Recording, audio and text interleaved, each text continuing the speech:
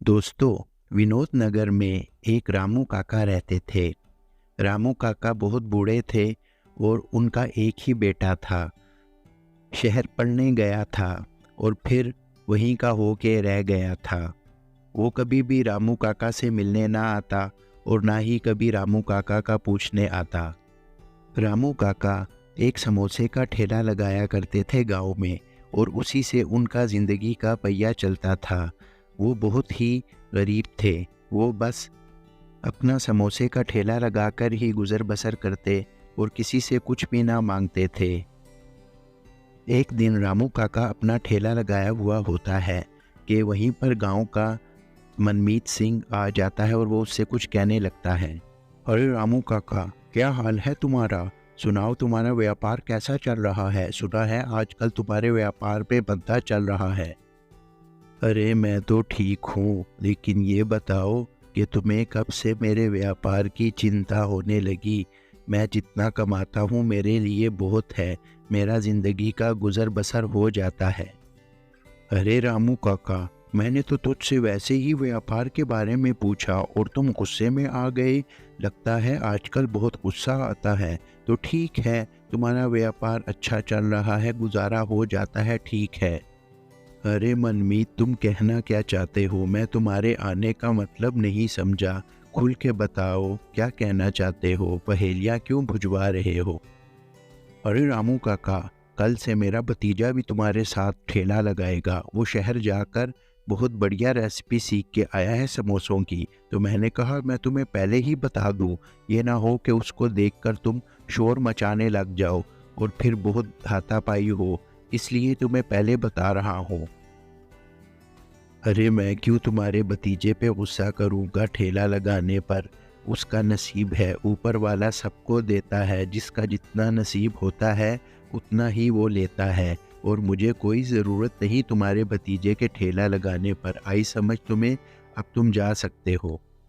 ये कहकर मनमीत सिंह वहाँ से चला जाता है और रामू काका सोचने लग जाता है कि कल वो भी ठेला लगाएगा तो पता नहीं आगे से क्या होगा।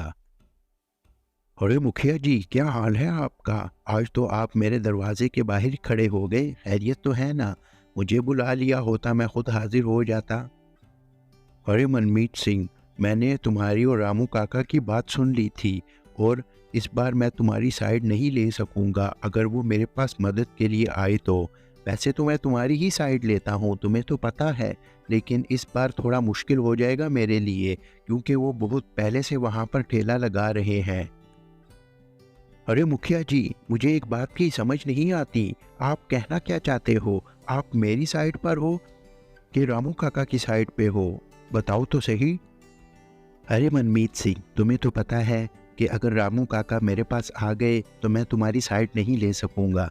लेकिन मसला है, ये चुनाव आ रहा है और अगर तुमने मेरे चुनाव का खर्चा उठा लिया तो फिर मैं रामू काका को मना कर दूंगा और कहूंगा कि मैं तुम्हारी मदद नहीं कर सकता। हर किसी का अधिकार है व्यापार करना। अरे मुखिया जी, मैं तो हर वक्त ही आपके चुनाव का खर्चा उठाता हूँ, तो इस बार भी उठाऊंगा। इसमें चिंता की क्या बात है? बस आप मेरे भतीजे को वहाँ पर ठेला लगाने दीजिए जहाँ पर रामू काका ठेला लगाते हैं। उसके बाद मैं जानूँ, मेरा भतीजा जाने, आपको चिंता की ज़रूरत नहीं। बस ठीक है मनमीत, मैं यही चाहता था कि तुम मेरे चुनाव का खर्चा उठाओ। आगे मैं जानूँ और रामू काका जाने, तुम्हें चिंता की बिल्कुल ज़रूरत नहीं। तुम लोग व्यापार करो बस। अगले दिन मनमीत सिंह का भतीजा, जिसका नाम पवन होता है, वो आकर रामू काका के साथ ही ठेला लगा लेता है। पवन ने अपने ठेले को काफ़ी अच्छा सजाया होता है। अरे समोसे ले लो समोसे, बहुत ही स्वादिष्ट समोसे। समोसे ले लो समोसे, बहुत ही स्वादिष्ट समोसे ले लो। वहाँ पर जैसे ही पवन आवाज़ लगाता है तो उसके पास ही एक आदमी आकर खड़ा हो जाता है। जी भैया, आपको कितने समोसे दूँ? कितने समोसे खाने हैं आपने? बताएं, मैं लगा देता हूँ आपके लिए। अरे भैया, तुम कौन हो? और मैंने तुम्हें पहले कभी देखा नहीं, नए लगते हो। समोसे कैसे बेच रहे हो? स्वादिष्ट तो है ना? अरे भैया, मैं शहर से समोसे की रेसिपी सीख के आया हूँ। मेरे समोसे बहुत ही स्वादिष्ट हैं। ये रामू काका की तरह घिसे पिटे समोसे नहीं हैं। मेरे समोसे बहुत ही स्वादिष्ट हैं। तुम चख लो। अगर तुम्हें पसंद ना आए तो पैसे वापस ले लेना। अच्छा, मुझे एक समोसे की प्लेट लगा दो, अगर स्वादिष्ट हुए तो मैं घर भी लेके जाऊंगा। पहले चख तो लूँ कि कैसे हैं। अच्छा, मैं आपको अभी ही समोसे की प्लेट लगा देता हूँ, आप थोड़ा सा इंतज़ार कीजिए, मैं आपको अभी समोसे लगा देता हूँ। पवन उस आदमी के लिए समोसे पिरोस देता है और वो खूब आनंद लेकर वो समोसे खा रहा होता है, क्योंकि पवन के समोसे काफ़ी स्वादिष्ट होते हैं। अरे वाह वाह भैया, क्या समोसे हैं तुम्हारे, कितने स्वादिष्ट हैं। क्या डाला है इनमें? ऐसा करो कि 12 समोसे मुझे घर के लिए भी पैक कर दो, बहुत ही स्वादिष्ट हैं। ठीक है भैया, मैं तुम्हारे लिए समोसे पैक कर देता हूँ। और तुम्हें मेरे समोसे पसंद आए तो गांव में जाकर ये लाजमी बोलना सारों को कि एक नया समोसे वाला आया है शहर से। तो ये समोसे बिल्कुल भी रामू काका की तरह नहीं है। रामू काका के समोसों का तो बिल्कुल भी स्वाद नहीं है और वो बहुत ही ख़राब हैं। अरे पवन बेटा, तुम्हें अपनी चीज़ बेचने का अधिकार है, लेकिन तुम्हें ये हरगिज़ अधिकार नहीं कि तुम मेरी चीज़ को बुरा कहो और अपनी चीज़ की तारीफ़ें करो। तुमने अगर कोई चीज़ बेचनी है तो अपने बल पे बेचो, मेरी चीज़ की बुराई करके मत बेचो, ये अच्छा नहीं। अरे रामू काका, आप अपनी चीज़ बेचो, मैंने आपको थोड़ी ही मना किया है समोसे बेचने से। मुझे मेरे चचा ने पहले ही बता दिया था कि रामू काका हर किसी से लड़ते हैं। मैं आपसे नहीं लड़ना चाहता, मैं तो अपनी चीज़ बेच रहा हूँ। आप अपनी चीज़ बेचो, अगर आपको मेरे से ज़्यादा ही मसला है तो आप अपना ठेला उठा के चले जाओ। अरे बेटा, मैं तो अपनी ही चीज़ बेच रहा हूँ, मैं तुमसे बहस नहीं करना चाहता, क्योंकि मैं तुमसे उम्र में बड़ा हूँ। लेकिन तुम मेरी चीज़ को बुरा मत कहो, अगर तुम मेरी चीज़ को बुरा कहोगे तो कोई भी मेरी चीज़ नहीं लेगा, और अगर कोई मेरी चीज़ नहीं लेगा तो फिर मेरी ज़िंदगी का गुजारा कैसे होगा। तुम अपनी चीज़ बेचो। पवन रामू काका की बुराइयां कर करके बहुत सारे लोगों को इकट्ठा कर लेता है और उन पे अपने खूब समोसे बेचता है, जबकि रामू काका के पास कोई भी नहीं आता और रामू काका रोज़ यूं ही चले जाते हैं। रामू काका बहुत ही परेशान होते हैं कि अब मैं क्या करूं, अपनी ज़िंदगी का गुजारा कैसे करूं। पवन बाज नहीं आता। यूँ रामू काका मुखिया के घर चले जाते हैं पवन की शिकायत लगाने के लिए। रामू काका मुखिया को कहते हैं कि अरे मुखिया जी, गांव में मेरे साथ बिल्कुल अच्छा नहीं हो रहा। पवन मेरे साथ ज़्यादती कर रहा है और आप भी उसको मना नहीं कर रहे। मैं क्या करूं, मेरा तो कोई भी नहीं है, बस ठेला लगाकर ही गुजारा करता हूं, आपको पता है। अरे रामू काका, आपको तो पता है जहां आप ठेला लगाते हैं वो गांव की ज़मीन है, और मैं किसको कैसे मना करूं कि वो ठेला ना लगाए। वहां पर ठेला लगाना हर किसी का अधिकार है, आपको तो पता है। अरे मुखिया जी, मैं तो ठेला लगाने से किसी को मना नहीं कर रहा, सिर्फ ये कह रहा हूँ कि आप पवन को मना करें कि वो मेरी चीज़ की बुराई ना करे और अपनी चीज़ की तारीफ़ें ना करे। क्योंकि मसला ये है, अगर मैं ठेला नहीं लगाऊंगा और मेरे समोसे नहीं बिकेंगे तो मैं भूखा मर जाऊंगा, आपको पता है मेरा कोई नहीं है। अरे रामू काका, मैं आपकी कोई मदद नहीं कर सकता इस बारे में, आप जाइए और अपना मुद्दा खुद संभालिए, मैं कुछ नहीं कर सकता। अगले दिन रामू काका और पवन वहाँ पर ठेला लगाए हुए होते हैं कि तभी वहाँ पर एक छोटी सी गरीब सी बच्ची आ जाती है मांगने। अंकल अंकल, मुझे कुछ खाने को दो, मुझे बहुत भूख लगी है, मैंने 2 दिन से कुछ नहीं खाया। भूख से मेरा बुरा हाल है।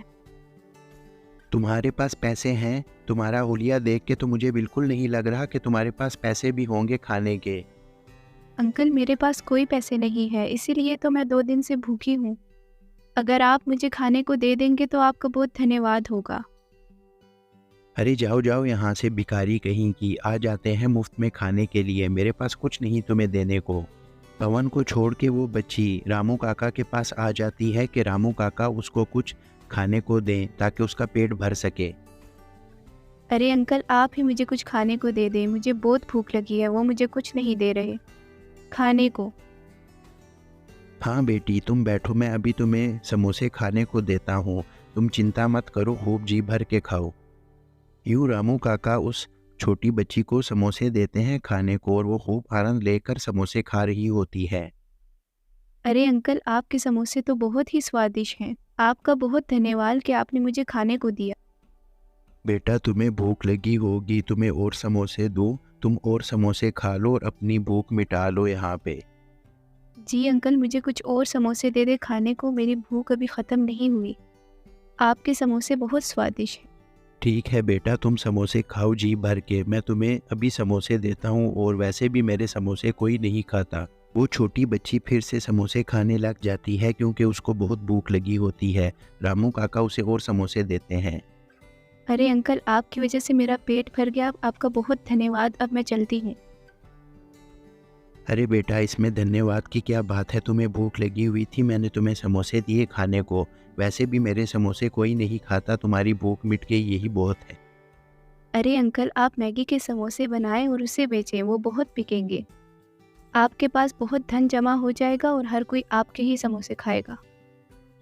अरे बेटा, मैं कहाँ से मैगी के समोसे बनाऊँ, तुम्हें तो पता है मैं बूढ़ा हूँ, मुझे ये चीज़ें नहीं आती। ये तो आजकल की चीज़ें हैं, भला मैं कैसे मैगी के समोसे बना सकता हूँ। अरे अंकल, कल सुबह मैं आपके घर आके मैगी के समोसों की रेसिपी बता दूंगी, फिर आपको बनाने आ जाएंगे, बहुत आसान है।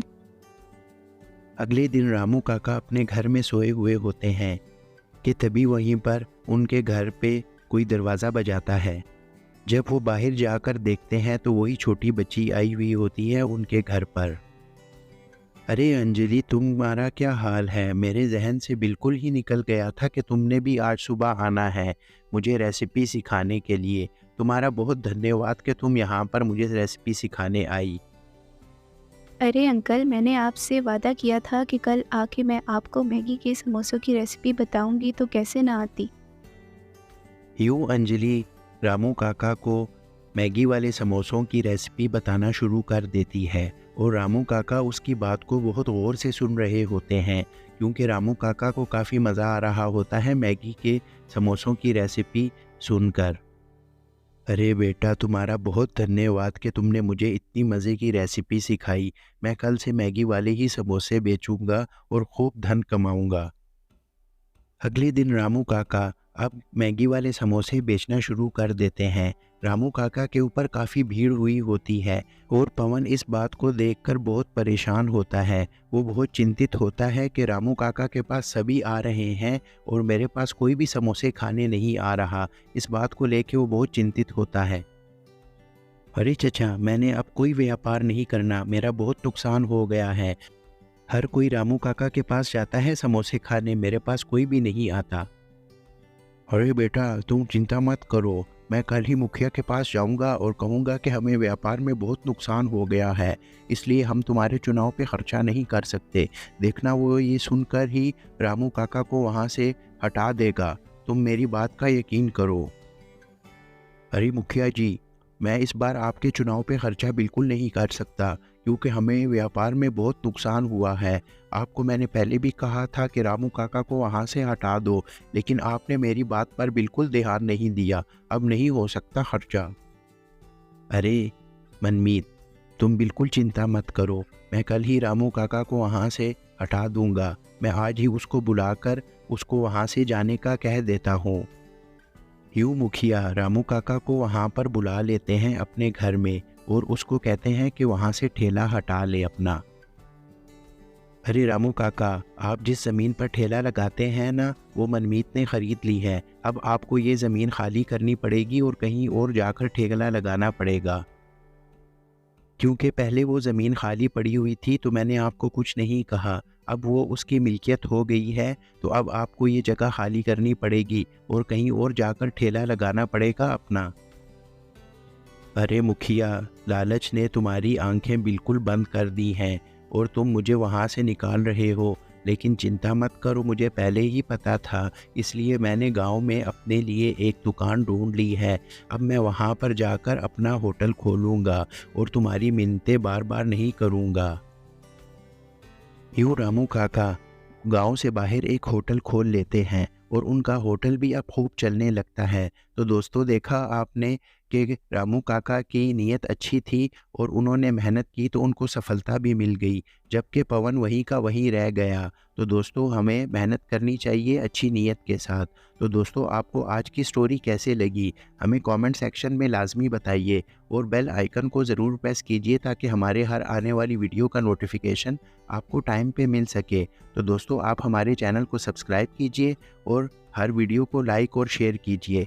तो चलिए मिलते हैं किसी नेक्स्ट स्टोरी में किसी और अच्छी से स्टोरी में जो आपको पसंद आ सके।